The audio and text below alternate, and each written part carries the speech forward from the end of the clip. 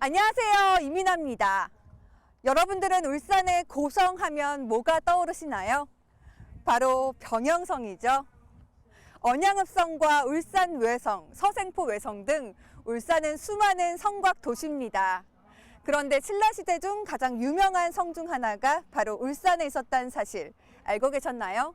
그 현장을 찾아가 보겠습니다. 함께 가보시죠.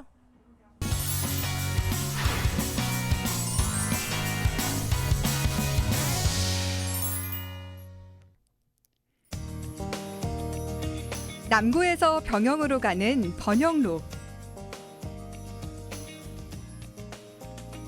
번듯한 이면엔 오래된 골목길이 하나 있습니다.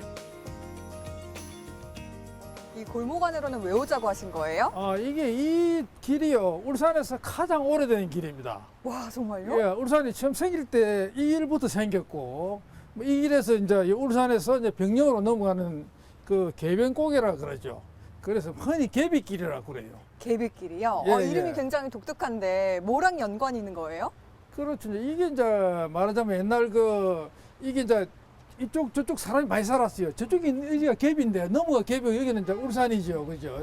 그래서 그 당시에 사람들이 여기 이제 내왕을 많이 했어요. 이제 그러니까 예를 들면 뭐 시집 가는 생시집 가마도 가고 뭐 등금 장소 넘어가고 뭐 온갖 사람이 내왕을 참 많이 했죠. 그래서 진짜 요 주변에 보시면 보살집도 많고 뭐 여러 가지 참 맞아요. 그 오래된 그 사람들이 산 흔적이 많이 보입니다. 울산 생길 때부터 있다고 하셨는데요. 그럼 얼마나 된 거예요? 그렇죠. 거의 뭐 한 2000년 이상 된 길입니다. 이 길이. 나이 드신 분들만 기억하는 병영 가는 길 개비고개. 그런데 개변로 이정표는 알고 계시나요? 저희 뒤에 개변로라고 네. 도로명 표지판에 그렇게 쓰여 있는데요. 네. 그 이름의 유래가 도대체 어디서 온 거예요? 유래는 이제 개변성 때문에 유래가 됐어요. 개변성. 그런데 어디가 개변성이냐? 지금 요부터 시작 전부 다 개변성이에요. 요래 쭉 산 있잖아요. 학성산. 그 넘어 전체가 이제 개변성이라고 그래요. 거기서 시작해서 저기 방구동 끝까지 전부 다 개변성이라고 그럽니다. 굉장히 넓었네요. 그 개변성이 도대체 언제적의 성을 말하는 거예요? 뭐 그거는 아득한 그러니까 이제 시대가 유래는 굉장히 오래돼요. 부족국가 시대부터 성이 있었는데 기록에는 고려사 지리지에 보면은 개변성이라고 또 울주를 개변성이라고 한다. 이래 나와서 이 개변성이라고 그러죠. 저희가 좀 전에 왔던 그 개비고개도 바로 이곳에서 시작이 됐군요. 그 연결이 되죠. 연결이 돼가 쭉 올라가면 이제 그래서 과거에 여기는 이제 이쪽은 울산이고 울산에 이제 구라 하곡현 구라고 구라에 속했고 여기는 이제 개변성에 속했어요. 그래서 지역이 조금 달라요. 뭐 그런 면이 있어가지고 그래서 여기 이제 개변로라고 이렇게 되어 있습니다. 신라 천년의 흔적이 남아있다는 학성산. 이곳에 개변성의 유적이 있습니다. 근데 여기는 개변성 을란이라고 그래요. 개변성 내. 그래서 여기 자리가 풍문 자리인데 그 우리가 개변성이 주장이 두 가지가 있잖아요. 맞아요. 하나는 이 학성산 개변성이 있고 하나는 방구동 그 개변성이 있고 그 중에 이제 한 첫째 주장이 바로 이제 여기 이 지역이 되겠습니다. 여기서 중요한 게 그 연화문 수막새가 나왔어요. 전에 지표조사에서 그 연화문 수막새라는 거는 이제 그 관청이라든지 뭐 절이라든지 신라 시대 같은 중요한 기관에 그 기하를 올립니다. 그래서 뭔가 있다 이래 되죠. 이 길이 이제 집을 깔아놓은 여기 옛날에 성벽 그 돌 위를 걸어가는 길입니다. 돌은 다 무너졌지만 그래서 이 길 따라 쭉 성이 이제 저 끝까지 쌓여 있었고 비로도 있었고 이제 요 안에는 이제 그 주요한 시설, 관할 시설이 있었어요. 그래서 여기는 적을 방어하기 위해서 성을 이렇게 쌓은 것이고 여기 돌이 좀 남아 있죠. 뭐 이런 자치가 옛날에 성이 있었던 자치죠. 이렇게 와보니까 언덕이 져서요. 그 적군을 보기에 굉장히 용이할 거란 생각이 들거든요. 당시 누가 쳐들어왔나요? 그렇죠. 그 당시에는 이제 그 외적들, 일본에서도 쳐들어오고, 가야도 쳐들어오고, 심지어 여기 부족국 할 때는 신라에서도 이제 쳐들어오고 하니까, 여기는 토착에 있던 우리 이제 부족 세력들이 그 지키기 위해서 뭐 아마 여기서 성을 쌓았고, 그 뒤에 이제 조금 이제 시대 흐르면서 옛날 그 신라 말의 그 호족 박윤웅도 여기에 아마 주재했을 거라고 그런 주장도 있지요. 그분은 어떤 분이세요? 뭐 그분은 그 우리 역사의 기록에는 많이 나오진 않아요. 단지 막 울산 사람 박윤웅이가 그 고려 건국에 공을 세웠다. 이렇게 이제 그 고려사 그 지리지에 나옵니다. 고려라면 그래도 꽤 멀잖아요. 어떻게 예. 영향을 끼친 거예요? 그렇죠. 그분은 이제 그러니까 울산의 호족이었죠. 호족이고 그분은 이제 그 당시에 이제 그러니까 이제 930년에 그때 이제 이 계지변이라고 그래서 울산을 또 임명 계변성 또는 계지변에서 맞아요. 사람을 보내가지고 고려에 항복을 청했다. 그때 930년인데 신라가 망하기 전입니다. 그래서 이제 그때 그래서 볼 때 그 당시 일정한 세력이 있었고 그때 이제 박윤웅 그 장군이 그 신학등 장군이라고 그랬어요. 그분이 이제 이거 주재하고 있었다. 뭐 이런 되지요. 와, 이것도 정말 흥미로운데요. 이곳 네. 말고도 개변성의 흔적을 찾아볼 수 있는 곳이 있다면서요? 그렇죠. 제2의 개변성. 제2의 그것 개변성. 그것으로 우리가 한번 가봅시다. 가보시죠. 예. 동천강에도 개변성의 흔적이 있습니다. 토성과 목책, 망루의 흔적이 발굴됐던 곳이죠. 종합 안내도가 나와 있네요. 예, 그렇죠. 종합 안내도인데 여기 보면 위치를 우리 알 수 있는 건물이 요 건물이 그 항공사진에 보면 바로 저 건물이거든요. 저쪽에 어린이집 건물이고 그 우리가 남바 순서대로 한번 봅시다. 1. 방구동 토성이라고 돼 있죠. 네. 이게 이제 저 토성 그죠? 흙으로 산 성이 요래 쭉 이렇게 연결되는 초록색 띠를 따라서 네. 학생공까지 갔죠. 그 다음에 이번에 1호 건물지라고 바위 위에 그 기초를 쌓은 건물이 이제 바로 요 자리입니다. 요 자리인데 요 건물지고 그 다음 3번에 목책열이라고 돼 있잖아요. 네, 보라색 띠를 따라서. 예, 예, 그렇죠. 여기 이제 그 토성 밖에 이제 이열로 목책을 쭉 쌓아가지고 이렇게 평행하도록 나아간 바로 목책열이 되고 4번째 그 막루라고 있죠. 막루. 네. 막루가 여기 막루, 요 1번 막루인데 막루는 여러 개 군데 막루가 있었어요. 그래서 이 막루가 여기서 이제 쭉 학생공원까지 그 긴 거리에 막루가 이제 한 30m, 40m 단위로 쭉 막루가 있었다는 거죠. 저희는 어디 있는 거예요? 우리는 지금 요 자리에 있습니다. 요 자리. 동천강가에 자리한 토성과 목책, 중요한 군사 요새였다는 걸 알 수 있습니다. 그 현장엔 아파트가 들어서고 이렇게 조형물만 덩그러니 남아 있습니다.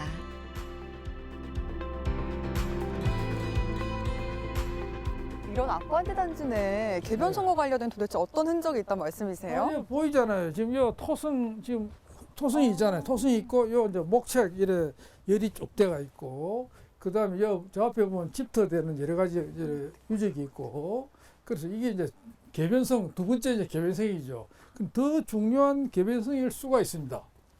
이건 정말 신기하게 생겼어요. 이건 뭐예요? 이게 목책입니다. 목책. 그래서 우리가 그 여기 보면 3종으로 장치를 했어요. 그러니까 이제 우리가 맨 안쪽에 저 토성을 샀고 토성을 그다음에 이제 요 바깥에 1차 목책을 샀고 그다음에 또 밖에 2차 목책을 또 샀어요. 그래서 세 번 이래 이제 겹치게 했는데 그 길이가 무려 500m. 500m. 진짜 긴데요? 그리고 요부터 시작해가지고 요 위에 언덕부터 시작해가지고 요 쭉 옛날에 여기 능선이었어요. 산 능선. 그 언덕 능선을 따라 쭉 이래 박아가지고 학성공원까지 그까지 이제 그 물가를 따라서 쭉 이래 강변 따라서 있었어요. 그리고 적을 막기 위해서. 그래서 아득한 옛날부터 이제 그 뭐 이래 심어가지고 적을 외적을 막았다고 이렇게 할 수가 있죠. 개성의 송도, 장보고의 청해진 만큼이나 활발한 무역항이 바로 반구동 개변성이라 유추되고 있습니다. 반구동 개변성이 이곳에 자리한 이유가 있을까요? 이제 그것은 이제 여기가 이제 물가입니다. 물가. 예. 여기 이제 조금 바다가 가고 여기 이제 여기가 동천이잖아요. 동천이라고 큰 또 합류되는 여기 이제 태화강이죠. 합류가 되지요. 그래 여기는 그 굉장히 물가의 그 요새입니다. 요새. 요지입니다. 그래서 이게 왜냐하면 옛날에 그 외적이 쳐들어오면 그 동천을 따라서 배를 타고 이제 저기 이제 서랍으로 올라갔어요. 그래서 그때는 이제 이래 동천 따라서 이래 충분히 이제 그 배가 수 있었으니까. 그리고 이쪽으로 가면 태화강이잖아요. 태화강을 또 올라가기도 하고. 그럴 때 여기서 감시가 가능하다고요. 여기 막루 자리거든요. 막루가 여러 개 있었어요. 높이 한 3, 40m짜리. 그래서 여러 군데 서가지고 이래 보고 있다 감시를 하다가 저기 적선이 쳐들어온다. 이래 되면 이제 막 고동을 올리죠. 빡 불어가지고 이제 그럼 여기 이제 군사들이 뛰쳐나가죠. 배를 타고 나가서 적선을 쳐부수는 거죠. 이곳에서 일어난 그 수많은 전투에서 활약한 유명한 장수분이 혹시 계실까요? 그렇죠. 여기가 이제 그 우리가 개변성으로 보는 게 개변성 신학성 장군, 개변성 성주가 박윤웅이다. 그분이 이제 그렇게 이제 우리가 보는 거죠. 이제 그래서 우리가 이 전에 오는 이 구전이나 전설, 이 주변의 흔적으로 볼 적에는 그분은 진짜 장보고 이상으로 위대한 분이었다. 그분은 이제 그러니까 왜냐하면 이게 주변 그 나라 여러 가지 기록이 있잖아요. 일본 쪽의 기록이라든지 뭐 여기 이제 등등 그런 여기서 발굴된 걸로 볼 적에는 이분이 진짜 해상왕이었다. 그 당시에 최고의 무역하는 상인이었다. 그리고 여기서 요새를 지킨 또 이런 군사력을 지니고 무역을 했다. 그래서 우리가 보잖아요. 이런 게 다 이래 감히 함부로 이제 저희 쳐들어올 수 없는 그런 이런 시설을 하고 군사를 거느리고 그 다음에 신라말에는 그다음에 호조국 시대거든요. 그래서 그 당시에 그 많은 이적 인물들 참 여러 장수들 거느리고 그래서 했다는 게 또 나와요. 또 기록이 하나 있는데 그 당시에도 일본 쪽에서 이래 들어온 이제 신라에서 들어온 그 여러 가지 사원 기록을 보면 그 3명의 2,000명의 신라인을 거느리고 일본을 쳐들어왔는데 그 중에 3명의 장수 중에 가장 강대한 자가 있었다는 거죠. 그 자가 바로 누구냐? 박윤웅 장군이라고 그래요. 박윤웅이가. 그럴 정도로 그 당시에 그 박윤웅 장군은 위대하고 그래서 이분이 울산 사람이고 지금 그래서 울산 박씨의 시조가 됐잖아요. 그렇구나. 반구동 유적지에서 멀지 않은 곳에 또 하나의 흔적이 있는데요. 이 성황당은 천신이 쌍학을 타고 내려왔던 개변천신 전설의 주인공을 모시고 있습니다. 어머, 이건 뭐예요, 선생님? 아, 이게 성황당입니다. 성황당. 그런데 그 중요한 거는 이제 뭐냐니까 이게 이제 우리가 성황당은 이제 마을마다 이래 다 있잖아요. 근데 요거는 차원이 좀 달라요. 요 성황당은 이제 주 성황당이라고 그래요. 그러니까 고을의 성황당. 그래서 그 아주 이래 고을 전체의 성황당입니다. 그래서 여기서 모신 신은 개변천신을 모셨어요. 개변천신. 개변천신이라는 게 도대체 뭔데요? 그게 이제 우리 그 개변성의 신. 그 달리 그 사람을 이제 박윤웅 장군이라고 얘기도 해요. 하는데 이제 그분을 모신 이제 스님 요 성황당인데 그래서 그 모시던 곳이 지금은 이 한 마을 내항 마을의 성황당으로 변해버렸지만 옛날에는 그 아주 대단히 중요한 성황당이었고 또 하나 중요한 거는 이 지역이 옛날에 이제 이 성황당 전투라고 있어요. 임진왜란 때 그 굉장히 치열했습니다. 여기서 외병이 2,000명이 죽었어요. 어머. 그 당시에 조병연합군이 그 참 여기 포위를 해가지고 그래서 그 왜군을 이제 박살내니까 왜군들이 다 이래 도산성으로 들어갔거든요.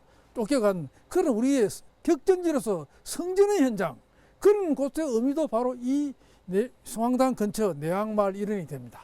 네, 오늘 선생님이랑 이렇게 쭉 둘러보니까요. 네. 이 울산이 산업도시이자 성곽도시란 생각을 아주 확실하게 한 하루였는데요, 선생님. 예. 이 개변성은 울산에 어떤 의미가 있는 곳일까요? 아, 그렇죠. 이 이제 유적이 뭐 제대로 보존이 돼야 되는데 자꾸 사라져가는 게 참 안타깝지요.